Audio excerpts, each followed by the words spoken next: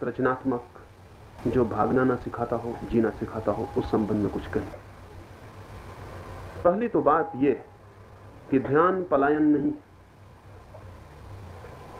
और आत्मलीनता पलायन नहीं, बल्कि जो आत्मा से बच के और सब तरफ भाग रहे हैं वे पलायन में हैं। जो मेरे निकटतम है उसे जानने से बचने की कोशिश एस्केप है। हम अपने से ही बचने के लिए भाग रहे हैं।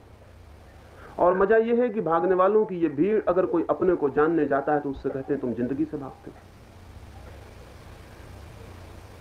हो। जिंदगी अपने अतिरिक्त और कहां से प्रारंभ हो सकती है? जिंदगी का पहला कदम तो आत्मज्ञान ही होगा। मेरी जिंदगी दूसरे से शुरू नहीं हो सकती, मेरी जिंदगी मुझसे शुरू होगी। गंगा निकलेगी तो गंगोत्री से, वो किसी और नदी के उद्गम से नहीं निकल सकती, उसे गंगोत्री से ही निकलना होगा। मेरी जिंदगी मेरे भीतर से बाहर की तरफ जाएगी, मेरी जिंदगी मुझसे बहेगी और फैलेगी। और अगर मैं अपने को ही जानने से वंचित रह जाता हूं तो मैं जिंदगी को जानने से भी वंचित रह जाऊंगा। इसलिए जो लोग ये कहते हैं कि आत्मज्ञान की दिशा में जाने वाले लोग एस्केपिस्ट हैं, पलायनवादी हैं, वे बिल्कुल ही गलत बात कहते हैं। असल में पलायनवादी हम सब हैं जो आत्मा से बचने के लिए और न मालूम कहां कहां जा रहे हैं। कोई शराब खोज रहा है कि अपने को भूल जाए, कोई संगीत खोज रहा है कि अपनी याद ना आए, कोई सेक्स खोज रहा है, कोई सिनेमा खोज रहा है, कोई क्रिकेट का मैच देख रहा है, कोई हॉकी फुटबॉल का मैच देख रहा है, कोई मित्रों को खोज रहा है, कोई जुए को खोज रहा है, कोई धंधे को खोज रहा है, कोई राजनीति को खोज रहा है, ताकि अपना पता न लगे, किसी भांति हम अपने को भूले हुए जी लें। इसलिए अकेला होना बहुत कठिन हो जाता है। अकेले होता अगर आदमी अकेला हो जाए तो उसी अखबार को फिर से पढ़ने लगता है जिसे 2 बार पहले भी पढ़ चुका है। अकेला हो तो रेडियो खोल लेता है। अकेला हो तो उन्हीं बातों को करने लगता है जिन्हें जिंदगी भर से न मालूम कितनी बार कर चुका है, जिन्हें करने से कुछ मतलब नहीं। आदमी अकेले होने से डरता है कि अपना आमना सामना ना हो जाए। जितने हम अपने से डरते हैं उतना हम किसी से भी नहीं डरते, और जितने हम अपने से नाराज हैं और अपने को घृणा करते हैं उतनी घृणा हम किसी को भी नहीं करते। अगर मैं 1 घंटे अकेला छूट जाऊं तो मैं लोगों से कहता हूं कि घंटा भर अकेला था, बहुत ऊब गया। इसका क्या मतलब है? इसका मतलब है अपने साथ घंटे भर रहना भी उबाने वाला है, अपने साथ। और अपने साथ ही जब मैं घंटे भर रह के ऊब जाता हूं तो किसके साथ कितनी देर रह पाऊंगा और ऊब ना जाऊंगा। और बहुत मजे की बात है कि आप भी अकेले में ऊब जाते हैं अपने साथ, मैं भी अकेले में ऊब जाता हूं अपने साथ, और हम दोनों मिलकर एक दूसरे की ऊब दूर करने की कोशिश करते हैं। दोनों ऊबे हुए, अपने से ही ऊबे हुए एक दूसरे की ऊब दूर करने की कोशिश में लगे हैं, जैसे 2 भिखारी रास्ते पे मिल गए हों और दोनों ने अपने अपने भिक्षा पात्र एक दूसरे के सामने कर दिए हों कि कुछ मिल जाए। वे दोनों ही भीख मांगने निकले। पत्नी पति के साथ रह के सोचती है कि साथ में आनंद मिल जाएगा, पति पत्नी के साथ सोचता आनंद मिल जाएगा, और दोनों अकेले रह के दुखी हो जाते। जब दोनों अकेले होकर दुखी हैं तो दोनों मिलकर दुगने दुखी हो सकते हैं और कुछ भी नहीं हो सकता। क्योंकि मैं वही दे सकता हूं जो मेरे पास है, मैं वही बांट सकता हूं जो मैं हूं। लेकिन हम अपने से भागे हुए लोग, लेकिन हमारी भीड़ है, और भीड़ को एक सुविधा है कि वो जो कहे वो मान्य प्रतीत होने लगे। सारी भीड़ भागी हुई,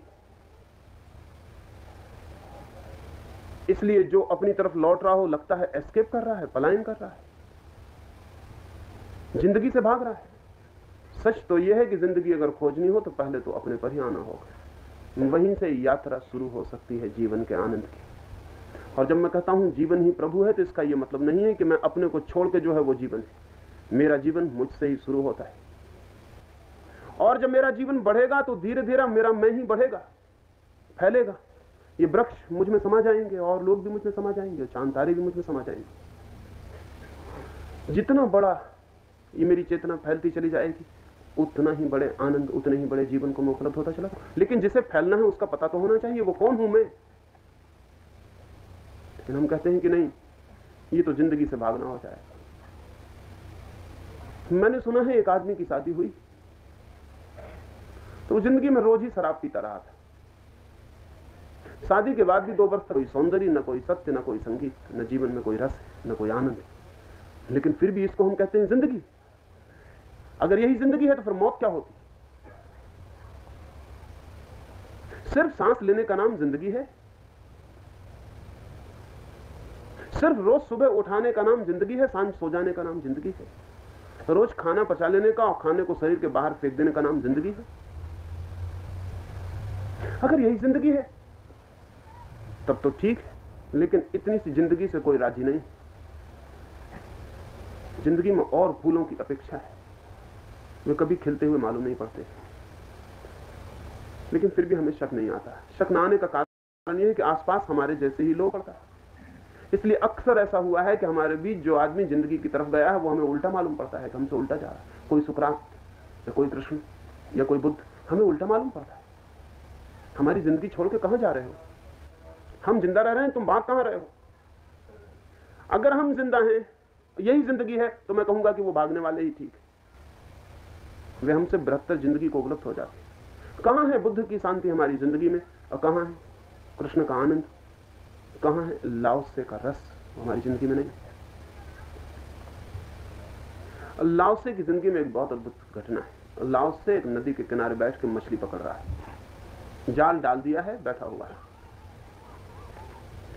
उस देश के राजा ने, चीन के सम्राट ने लाओसे की खोज के लिए कुछ लोग भेजे और उनसे कहा है कि लाओसे कहीं भी मिले तो उसे पकड़ लाओ। हमने सुना है कि वो बहुत बड़ा बुद्धिमान आदमी है और हमने सुना है कि उसने जिंदगी का राज पा लिया, तो हम उसे देश का प्रधानमंत्री बनाना चाहते हैं ताकि वो सारे मुल्क को जिंदगी का राज बता दे। आखिर उन लोगों ने नदी के किनारे बामुश्किल लाओसे को पकड़ लिया है। पहले तो पता लगाना मुश्किल हुआ,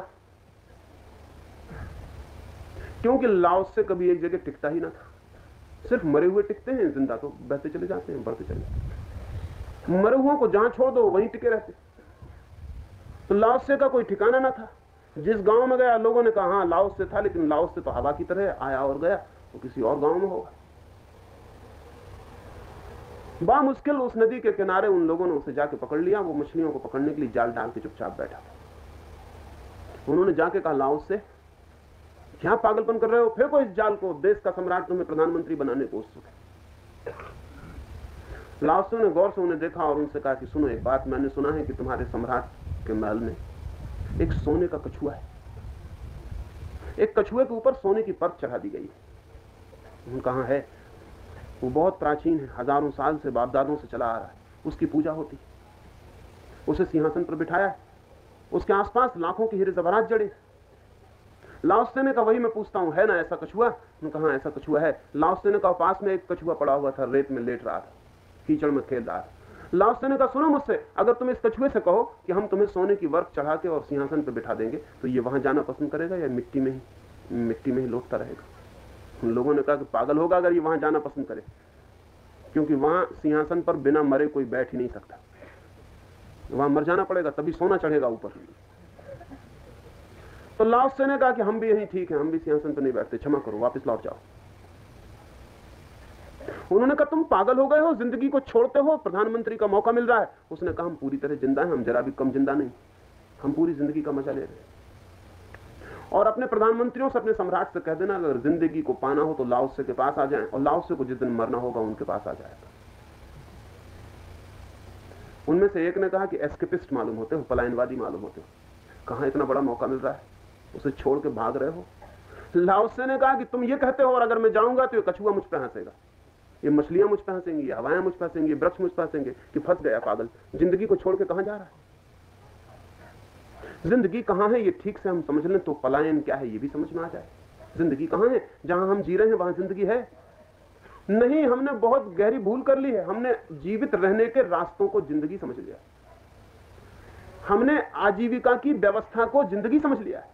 हम रोटी कमा लेते हैं, मकान बना लेते हैं, पत्नी ले आते हैं, घर बसा लेते हैं, बच्चे पैदा कर लेते हैं, तो हम सोचते हैं जिंदगी पूरी हो गई। ये तो सिर्फ जिंदगी की व्यवस्था हुई, अभी जिंदगी पूरी नहीं होगी, अब जिंदगी शुरू होनी चाहिए। ये तो सिर्फ व्यवस्था हुई। एक आदमी पलंग ले आया और बिस्तर लगा दिया और मसहरी बांध दी और तकिए लगा दिए और खड़ा हो गया और उसने कहा कि सोना पूरा हो गया।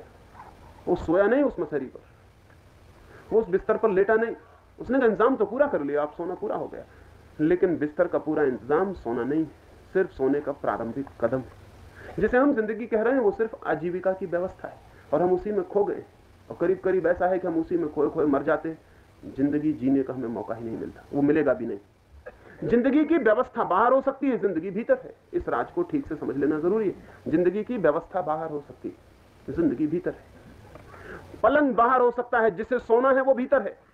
रोटी बाहर हो सकती है, जिसे खाना है वो भीतर है। पत्नी बाहर हो सकती है, जिसे प्रेम करना है और देना है और लेना है वो भीतर है। जिंदगी का सारा इंतजाम बाहर है और जिंदगी भीतर है। लेकिन हम बाहर के इंतजाम में ही खो जाते हैं और भूल जाते हैं। और कोई आदमी भीतर की तरफ जाए तो हम कहेंगे क्या पागलपन कर रहे हो, जिंदगी छोड़ के कहां भागे चले जा रहे हैं। लेकिन ऐसा हो जाता है। अगर बहुत लोग यही कहें तो बेचारा जो जा रहा है अपनी तरफ वो भी सोचने लगता है कि पता नहीं, क्योंकि जब सारे लोग कह रहे हैं, हजारों लोग यही कह रहे हैं, तो यही ठीक कहते होंगे। सुनी होगी एक कहानी, छोटी सी कहानी है कि एक ब्राह्मण एक गांव से एक बकरी खरीद के वापस लौट रहा है। बड़ी प्रसिद्ध है कहानी, लेकिन आज 3 आदमी कहते हैं एक बात को तो बड़ी सच मालूम पड़ने लगती है। ये तो आधी कहानी। दूसरे जन्म में ब्राह्मण फिर बकरी लेके चलता है, बकरी लेके लौट रहा है, लेकिन पिछले जन्म की याद है। और जिसको याद रह जाए उसी को तो ब्राह्मण कहना चाहिए, लेकिन किसी और को ब्राह्मण कहना नहीं चाहिए। बकरी लेके लौट रहा है वही गुंडे। असल में हम भूल जाते हैं, इसलिए ख्याल नहीं रहता कि वही वही बार बार हमको कई बार मिलते, कई जन्मों में वही लोग बार बार मिल जाते। वही 3 गुंडे उन्होंने देखा, अरे ब्राह्मण बकरी को लिए चला जा रहा है, छीन लो। उन्हें कुछ पता नहीं है कि पहले भी छीन चुके हैं। किसको पता है? अगर हमें पता हो कि हम पहले भी यही कर चुके हैं तो शायद फिर दोबारा करना मुश्किल हो जाए। फिर उन्होंने षड्यंत्र रच लिया है। फिर एक गुंडा उसे रास्ते में मिला, उसने कहा नमस्कार पंडित जी, बड़ा अच्छा कुत्ता, कहां ले जा रहे हैं? पंडित जी ने कहा कि कुत्ता सच में बड़ा अच्छा है। उसने गौर से देखा, उस गुंडे ने सोचा कि हमको तो बकरी दिखाई पड़ती थी और हम तो धोखा देने के लिए कुत्ता कहते थे। और उस पंडित ने कहा कुत्ता सच में बड़ा अच्छा, बड़ी मुश्किल से मिला, बहुत मांग के लाया, बड़ी मेहनत की, किसी आदमी की खुशामद की तब मिला। उस गुंडे ने बहुत गौर से फिर से देखा कि मामला क्या है, भूल हो गई। लेकिन उसने कहा कि नहीं पंडित जी, कुत्ता ही है ना। उसने कहा किसी बात कर रहे हैं आप, कुत्ता ही। अब वो गुंडा मुश्किल में पड़ गया, वो ये भी नहीं कह सकता कि बकरी, क्योंकि खुद ही उसने कुत्ता कहा। दूसरे कोने पर दूसरा गुंडा मिला, उसने कहा कि धन्य धन्य महाराज, आप कुत्ता सिर पे लिए हुए। ब्राह्मण ने कहा कुत्ते से मुझे बड़ा प्रेम, आपको पसंद नहीं आया कुत्ता? उस आदमी ने गौर से देखा, उसने कहा कुत्ता। तीसरे चौरस्ते पर मिला है तीसरा आदमी, लेकिन उन दोनों उसको खबर दे दी कि मालूम होता है हम ही गलती में, हमें बकरी दिखाई पड़ रही। उस तीसरे आदमी ने गौर से देखा। उस पंडित ने कहा क्या देख रहे हैं गौर से? उसने कहा कुछ नहीं, आपका कुत्ता देख रहा, काफी अच्छा है। हम भीड़ से जी रहे हैं और चल रहे हैं और पुनरुक्ति हमारा आधार बन गया है।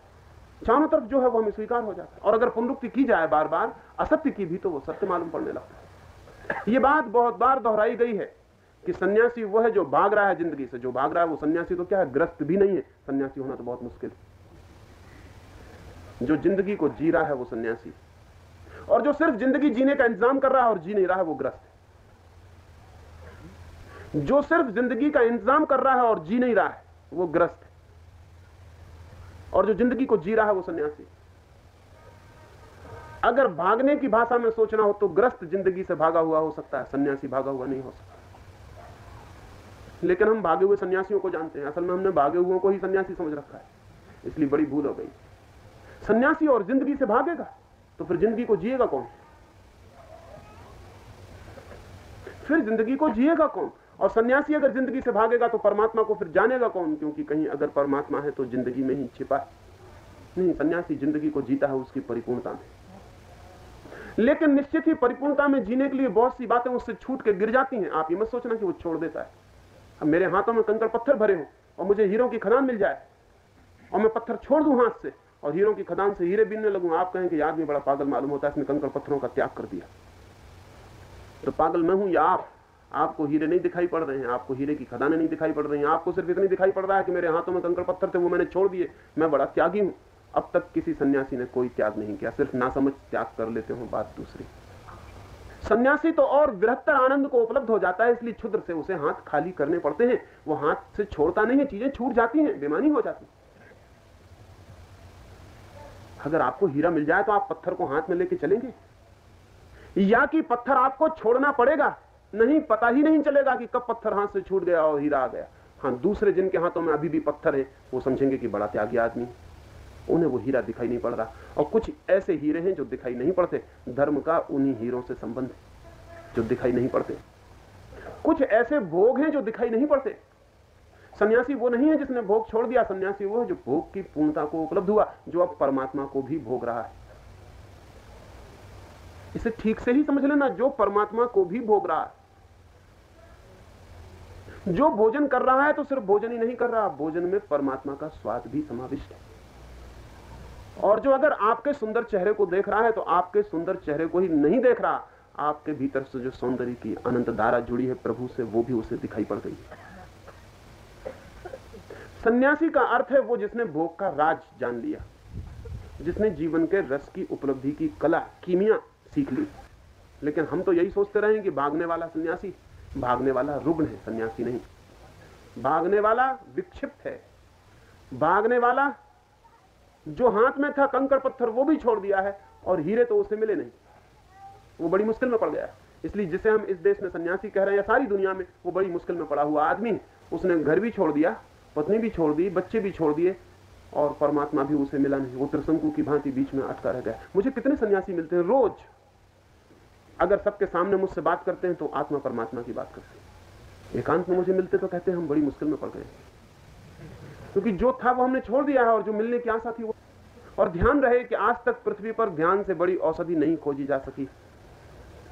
बहुत औषधियां खोजी गई, लेकिन ध्यान से बड़ी कोई औषधि अब तक नहीं खोजी गई। उसका कारण, सबसे बड़ा कारण यह है कि हमारे ध्यान के अभाव के कारण ही हमारी बीमारियां, हमारी बुराइयां पैदा होती। जैसे उदाहरण के लिए, आप में क्रोध है, आप किसी से पूछें कि क्रोध को हम सीधा अलग कैसे करें, क्रोध को सीधा अलग करने का कोई उपाय नहीं हो। क्रोध है वो इस बात की खबर दे रहा है कि आप भीतर अशांत, अशांति से क्रोध जन्मता है। आप कहें मुझे क्रोध को अलग करना है, मुझे अशांति से कोई मतलब नहीं है, तो आप कभी क्रोध को अलग ना कर सकेंगे। आप कहें मुझे पॉजिटिव सीधा रास्ता बता दें, कोई रास्ता नहीं। आप क्रोध में हैं, ये इस बात की खबर है। क्रोध सिर्फ लक्षण है इस बात का कि भीतर अशांति, भीतर शांति लानी पड़ेगी। भीतर शांति आ जाएगी, ऊपर से क्रोध विलीन हो जाएगा। एक आदमी को बुखार चढ़ा है, शरीर पर गर्मी, शरीर की गर्मी असली बुखार नहीं, बुखार तो भीतर होगा, बीमारी भीतर होगी। गर्मी तो केवल बीमारी की खबर है। भीतर गर्मी, भीतर बुखार है, भीतर बीमारी है, शरीर उत्तप्त हो गया है। उत्तप्त शरीर खबर दे रहा है कि भीतर बीमारी। अब एक आदमी कहे कि मुझे तो शरीर के ठंडा करने का सीधा उपाय बता दे, तो ठीक है कि जाओ ठंडे पानी में नहाओ, बर्फ रख लो अपने शरीर पर, उससे बुखार ही नहीं जाएगा, बीमार भी चला जाएगा। गर्मी सिर्फ लक्षण है, ताप सिर्फ लक्षण है, बीमारी नहीं है। बीमारी और गहरे में, और शरीर की व्यवस्था है कि गर्म करके वो खबर दे दे कि भीतर बीमारी है, ताकि ऊपर तक खबर पहुंच जाए, नहीं तो पता कैसे चलेगा। क्रोध लक्षण है, बीमारी, बीमारी भीतर अशांत चित्त है, और वो अशांत चित्त ध्यान के प्रयोग से शांत होता है। तो मित्र मुझसे पूछते हैं कि आप कहते हैं ध्यान, हमारी बीमारियां हैं, अशांति है, क्रोध है, घृणा है, ईर्षा है, हजार तरह की बुराइयां हैं, और आप कहते हैं ध्यान। अकेले ध्यान से क्या होगा? मैं आपसे यह कहना चाहता हूं कि जिनको आप बीमारियां और बुराइयां कह रहे हैं, वे बुनियादी रूप से बुराइयां नहीं है, बुराइयों के सिर्फ बाहरी लक्षण, बाहरी खबरें। ये ऐसा ही है जैसे कि यहाँ अंधेरा भरा हो और कोई आके हमसे कहे अंधेरे को सीधा अलग करने का रास्ता बता दीजिए। हम उससे कहें कि तुम एक दिया जलाओ, वो कहे कि दिए से हमें कुछ लेना देना नहीं, हमें अंधेरा अलग करना है।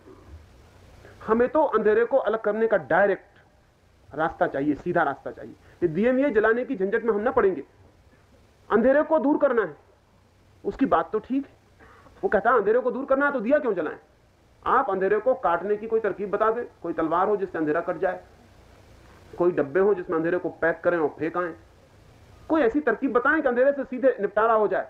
हम इस दिए के जलाने की झंझट में नहीं पड़ना चाहते, इसमें हम पड़ जाएंगे अंधेरा कौन अलग करेगा, तब मुश्किल हो जाएगी। अंधेरे को सीधा अलग नहीं किया जा सकता, दिया जलाया जा सकता है। और दिए के जलने पर अंधेरा अलग नहीं होता है, असल में अंधेरा तो था ही नहीं, दिए के जलने पर पता चल जाता है कि नहीं था। कहीं चला नहीं जाता अंधेरा, इधर हमने दिया जलाया तो इधर का अंधेरा बगल के रास्ते से कहीं और चला गया, वो कहीं जाता नहीं है। अंधेरा कोई वस्तु नहीं है, अंधेरा केवल दिए का अभाव है, प्रकाश का अभाव है। जिसको हम ईविल कहते हैं, बुराई कहते हैं, वो केवल भलाई का अभाव है। जिसे हम क्रोध कहते हैं वो केवल शांति का अभाव है। ध्यान दिए का जलाना है, भीतर दिया जल जाए, बाहर से ये सब अभाव विदा हो जाएंगे। अब तक किसी ध्यानी आदमी ने अगर कोई बुराई की हो तो विचारनी हो जाए। एक बहुत अद्भुत फकीर हुआ नागार्जुन, वह गांव से गुजर रहा है और उस गांव की रानी उसे बड़ा आदर करती है। उसने उसका भोजन खिलाया है, नंगा फकीर है, और उसको एक हाथ में सोने का पात्र दे दिया और कहा लकड़ी का पात्र यहां छोड़ दो। सोने का पात्र है और उस पर हीरे जड़े हैं, उसकी लाखों कीमत होगी। नागार्जुन ने ले लिया और चल पड़ा। रानी भी थोड़ी चकित हुई, क्योंकि उसने भी सोचा था कि त्यागी है, कहेगा कि मैं छू नहीं सकता सोने को।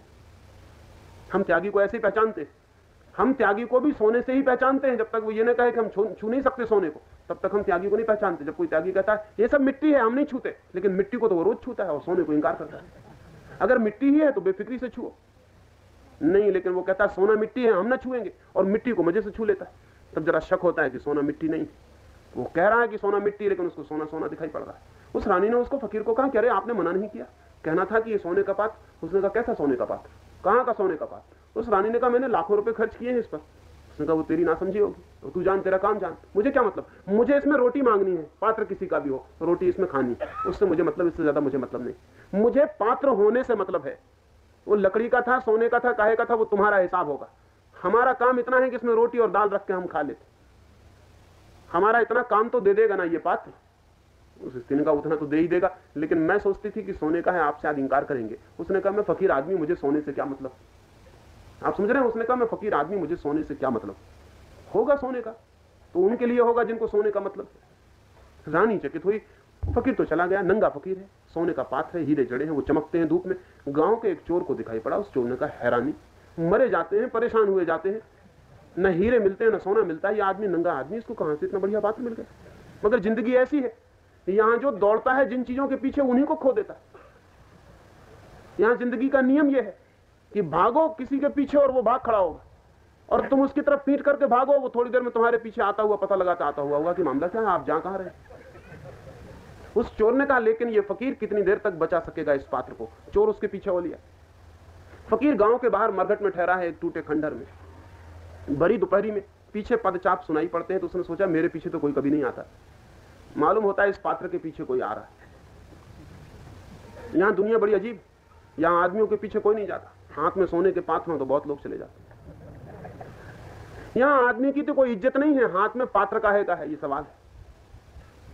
आत्मा का तो कोई कीमत नहीं है। यहाँ कपड़े कैसे हैं, खीसे गर्म है नहीं गर्म, वो मूल्यवान। वो गया फकीर अंदर, उसने सोचा कि नाहक ये बेचारा भर दोपहरी में इतनी दूर तक आया, रास्ते में कह देता तो वहीं इसको दे देते, और अब न मालूम कितनी देर तक इसको छिप के बैठना पड़ेगा, मेरे तो सोने का समय हो गया। तो उसने खिड़की से वो पात्र बाहर फेंक दिया और सो गया। वो चोर वहीं खिड़की के नीचे छिपा था, पात्र को गिरते देखा तो बड़ा हैरान हो गया। सोचा अजीब आदमी है, इतना कीमती पात्र ऐसे फेंक दिया।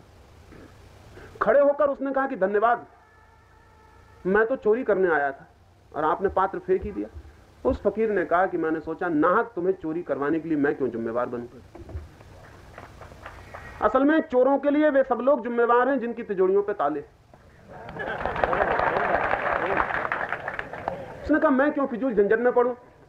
तो मैंने कहा फेंक दूं, मैं भी झंझट से बचा, आराम से सो जाऊं, तुम भी अपना ले जाओ, तुम भी चोर ना बन पाओ। उस चोर ने कहा अजीब आदमी है, क्या मैं थोड़ी देर भीतर आ सकता हूं। उस फकीर ने कहा इसीलिए मैंने पात्र बाहर फेंका, भीतर तो तुम आते लेकिन तब जब मैं सो गया होता, इसीलिए मैंने पात्र फेंका कि जगते में भीतर आ जाओ तो शायद सोने का पात्र ही नहीं कुछ और भी तुम्हें दे सकूं। वो चोर भीतर आ गया, वो पैर पकड़ के उस फकीर के बैठ गया। उसने कहा मैंने ऐसा आदमी नहीं देखा। मन में ईर्षा होती, कभी कभी ऐसा होता है, कब वो दिन होगा कि मैं भी ऐसे सोने के पात्र खिड़की के बाहर फेंक सकूं। उस फकीर ने कहा बस हो गया काम, यही मैं चाहता था, अब तू जा, बात हो गई। नहीं, उसने कहा इतनी जल्दी ना जाऊंगा। इतनी शांति कहां पाई कि सोने का पात्र इस तरह फेंक सकते हो। इतना आनंद कहां पाया कि सोने के पात्र का कोई मूल्य नहीं मालूम पड़ता। इतनी खुशी, इतनी जिंदगी कहां मिल गई। कुछ मुझे भी रास्ता बताओगे। लेकिन एक बात पहले कह दूं, उस चोर ने कहा कि मैं और भी संतों के पास गया हूं। चोर अक्सर संतों के पास जाते हैं, असल में तो चोरों के सिवाय शायद ही कोई जाता हो, वो जाते। संतों के पास अक्सर गया हूं, वो मुझसे पहले तो यही कहते हैं कि चोरी छोड़ दो, फिर कुछ हो सकता है। वो छूटती नहीं अपने से, वो छूट सकती नहीं। तो एक पहले बात बता दूं कि चोरी छोड़ने की बात मत करना। वो फकीर हंसने लगा। उसने कहा फिर मालूम होता है तुम संतों के पास गए ही नहीं, तुम भूतपूर्व चोरों के पास गए हो। क्योंकि जो पहले से एकदम चोरी छोड़ने की बात करते हैं, जरूर कुछ गड़बड़ है, चोरी से कुछ लगाव है उनका। पहली बात यही करते हैं, उनका यही करते हैं, सब जानते हैं कि मैं चोर हूं, तो वो पहले ये कहते हैं चोरी छोड़ो फिर कुछ हो सकता है। बात वहीं अटक जाती, वो शर्त ही पूरी नहीं होती। उस फकीर ने कहा हम ये बातें ना करेंगे, हमें चोरी से कुछ लेना देना नहीं। तो उस फकीर की बात सुन के चोर ने कहा फिर अपना तो अपना मेल हो सकता है, कहिए मैं करूंगा। उस फकीर ने कहा एक काम कर, चोरी ध्यानपूर्वक करना। चोर ने कहा क्या मतलब, चोरी करूं? उस फकीर ने कहा बिल्कुल बेफिक्री से कर, लेकिन ध्यानपूर्वक। उस फकीर ने कहा ध्यानपूर्वक चोरी का क्या मतलब हुआ? उस फकीर ने कहा कि जब तू चोरी करे तो पूरा जागा हुआ, शांत मन से, पूरे होश से भरे हुए चोरी करना, बेहोशी में मत करना। पूरा जागृत होकर कि चोरी कर रहा हूं, जानते हुए हाथ उठाना, ताले तोड़ना, धन निकालना, जानते हुए कि चोरी कर रहा हूं, बस इतना, और कुछ नहीं। उस चोर ने कहा यह हो सकेगा, नतीजे की खबर कब दूं? उस फकीर ने कहा 15 दिन तक मैं यहां टिका हूं, तू आ जाना जब भी तुझे लगे कुछ और पूछना। वो चोर दूसरे दिन आया और रोने लगा। उसने कहा मुश्किल में डाल दिया, आदमी बड़े अजीब मालूम पड़ते हो, क्योंकि मैं कल चोरी करने गया, ऐसा मौका जिंदगी में कभी भी नहीं मिला था। राजा के महल में पहुंच गया, तिजोरी खुल गई। अब मैं बड़ी मुश्किल में पड़ा था उस तिजोरी के सामने। हाथ डालता हूं होश पूर्वक तो हाथ भीतर नहीं जाता है, क्योंकि जैसे ही मुझे ख्याल आता है चोरी कर रहा हूं, हाथ रुक जाता है, क्योंकि चोर मैं भी नहीं होना चाहता हूं। चोर अगर कोई कह दे तो मैं उसकी गर्दन काट डालूं, चोर मैं भी नहीं होना चाहता हूं। होश छूटता है तो हाथ भीतर चला जाता है, लेकिन जैसे होश आता है मुट्ठी खुल जाती है, हाथ बाहर लौटा लेता। आधी रात बीत गई और आखिर बिना चोरी किए वापस लौट आया। ये तुमने मुश्किल में डाल दिया, सीधा कहो ना कि चोरी मत करो। उस फकीर ने कहा चोरी से हमें कुछ लेना देना नहीं, बस ध्यानपूर्वक करो, क्योंकि इतना मैं जानता हूं कि ध्यानपूर्वक आज तक कोई चोरी न कर सका है, न कर सकता है। ध्यानपूर्वक क्रोध कर सकते हैं? कैसे करिएगा ध्यानपूर्वक क्रोध?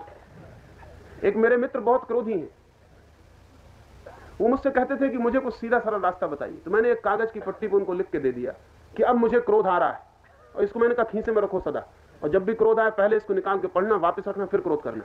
उन्होंने कहा कि तो हो सकेगा, इसमें कोई दिक्कत नहीं, लेकिन नहीं हो सका, क्योंकि जैसे ही पट्टी का ख्याल आता कि अब क्रोध आ रहा है, अचानक पाते कि भीतर कोई चीज बिखर गई और फैल गई, गया, वो नहीं हो सकता। ध्यानपूर्वक क्रोध नहीं हो सकता, ध्यानपूर्वक बुराई नहीं हो सकती, ध्यानपूर्वक पाप नहीं किया जा सकता, और जो ध्यानपूर्वक किया जा सकता हो वो पुण्य है, वो पाप नहीं हो सकता है।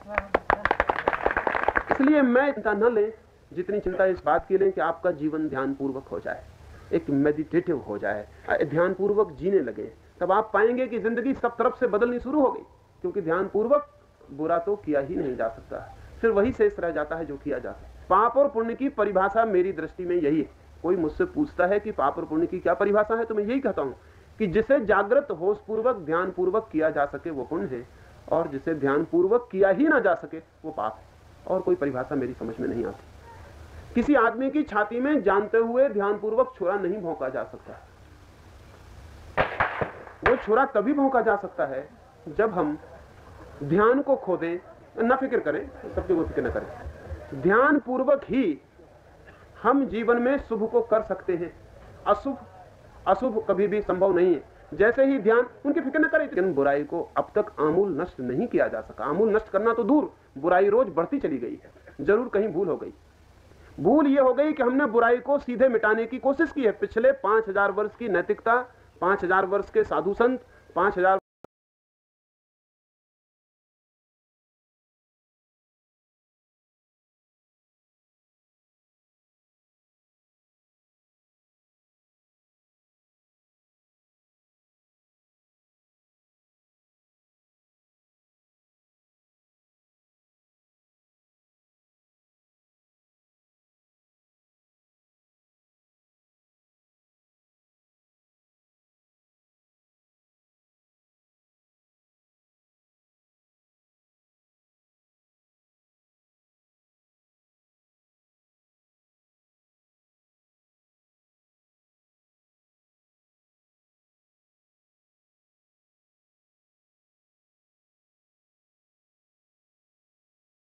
वर्ष के शास्त्र, 5000 वर्ष का धर्म आदमी को बुराई को सीधा मिटाने की कोशिश में लगाए हुए।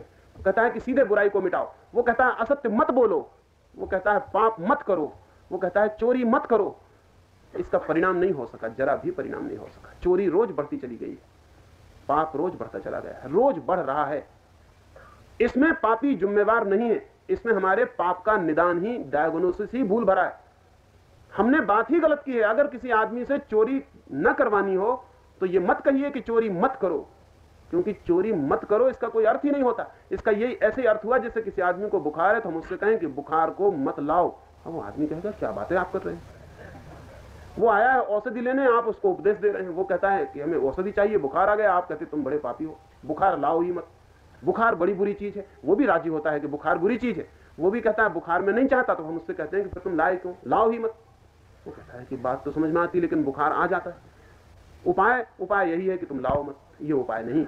बुखार को मिटाने के लिए औषधि खोजनी जरूरी है, सिर्फ उपदेश काफी नहीं। तो मैं आपको ये कह रहा हूं कि बुराई को मिटाने के लिए अब तक हमने उपदेश का प्रयोग किया है, ये मत करो, ये मत करो, ये मत करो।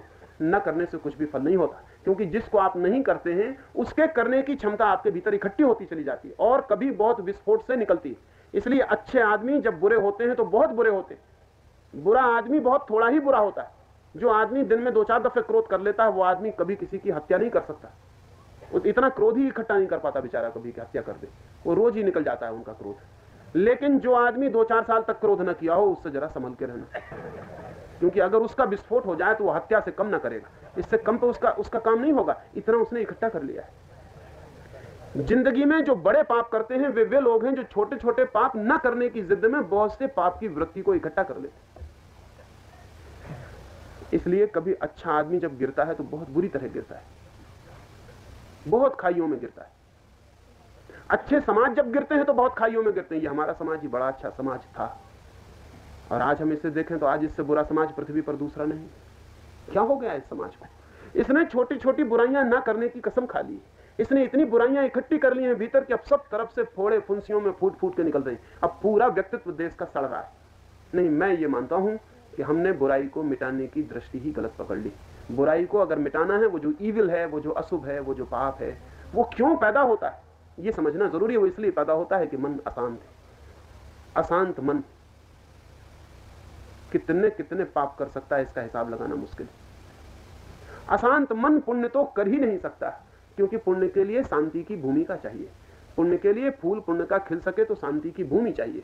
शांति की भूमि में ही पुण्य का फूल खिल सकता है। अशांति की भूमि में पाप का ही फूल खिलता है। भूमि ही गलत हम बनाए हुए। मैं भूमि को बदलने की ही लिए जोर दे रहा हूं। इसलिए लोग समझ नहीं पाते। वो समझते हैं ध्यान से मेरा मतलब वही है जो पहले था कि बैठ के किसी भगवान का ध्यान कर रहे हैं, कि बैठ के किसी मूर्ति का ध्यान कर रहे हैं, कि बैठ के किसी मंत्र का जाप कर रहे हैं, कि बैठ के कोई माला फेर रहे हैं। नहीं, मेरा इन ध्यानों से कोई संबंध नहीं। ध्यान से मेरा यह मतलब नहीं है कि आप बैठ के किसी भगवान का स्मरण कर रहे हैं। अगर भगवान का पता ही नहीं तो स्मरण कैसे करिएगा? और किस मूर्ति का स्मरण करिएगा? कौन सी मूर्ति है भगवान की? कौन सा नाम लीजिएगा? कौन सा नाम है उसका? नहीं, इससे कुछ होने का नहीं है। मैं ध्यान से कुछ और ही अर्थ ले रहा हूं। वो अंतिम बात आपसे कह दूं ताकि आपके ख्याल में रह जाए। हो सकता है बहुत से मित्र सुबह ध्यान में नहीं भी आए, उनको भी ख्याल में हो जाए।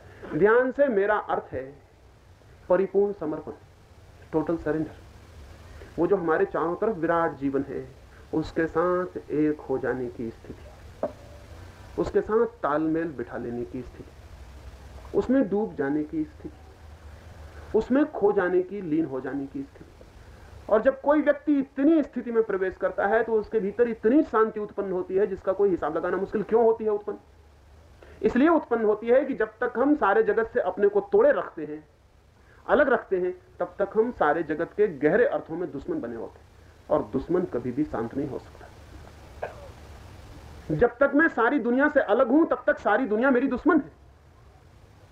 जब तक मैं सारी दुनिया से भिन्न हूं तब तक सारी दुनिया से मुझे अपने को बचाना है, सारी दुनिया को जीतना है, अपने को बचाना है, अपने को मिटने नहीं देना है। तब तक मैं लड़ूंगा, लड़ाई अशांति बनेगी, लड़ाई तनाव बनेगी। लेकिन मैंने अगर सारी दुनिया से अपने को एक माना, एक जाना, एक पहचाना, और अगर 10 क्षण को भी मेरे मन से सारा विरोध छूट गया और मैं एक हो गया, तो अशांति कैसे रह जाएगी?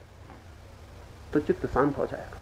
उस चित्त की शांति की दशा में द्वार खुलता है वो जिसे हम प्रभु कहें, जीवन कहें। उसकी झलक पहली दफा दिखाई पड़ती, और वो झलक दिखाई पड़ जाए तो आप तत्काल दूसरे आदमी हो जाते। होना नहीं पड़ता, आप दूसरे आदमी हो जाते। एक छोटी सी कहानी से स्मरण दिलाऊं, फिर मैं अपनी बात पूरी करूं। एक सम्राट का लड़का घर से भाग गया था। भाग क्या गया निकला, लेकिन अब पहचानना मुश्किल था। न कभी धुले थे, धूल कीचड़ सब कट फिट गए, सब 5 साल में बर्बाद हो गए थे। उन्हीं फटे कपड़ों को पहने हुए हाथ जोड़े भीख मांग रहा था। और मांग रहा था भीख जूते के लिए। जूते समाप्त हो गए थे और भरी तेज धूप थी और सड़कें जलती थी और उसके पैर पे फपोले थे। वो कपड़े बांधे था और लोगों से कह रहा था मेरे पैर पे फपोले हैं, दया करो और कुछ 4 पैसे दे दो कि मैं जूते खरीद लूं। लोग उसकी तरफ ध्यान ही ना दे रहे थे, वो उसकी फिक्र ही ना कर रहा था। तभी रथ रुका उस द्वार के सामने आकर। वजीर ने नीचे उतर कर देखा, वही मालूम पड़ता है। भागा हुआ पास गया, चेहरा देखा वही, पैर पे गिर पड़ा और कहा कि महाराज ने याद किया है, वापस चले, पिता बीमार है, राज्य का अधिकार कौन संभाले। हाथ में टूटा सा एल्यूमिनियम का बर्तन था, 10-5 पैसे उसमें पड़े थे। एक क्षण में सब बदल गया। एक क्षण में पात्र फेंक दिया उसने जोर से सड़क पर।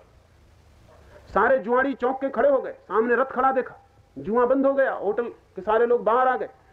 उसने वजीर से कहा जाओ पहले तो ये करो कि अच्छे वस्त्र लाओ, जूते लाओ, स्नान का इंतजाम करो, भोजन का इंतजाम करो।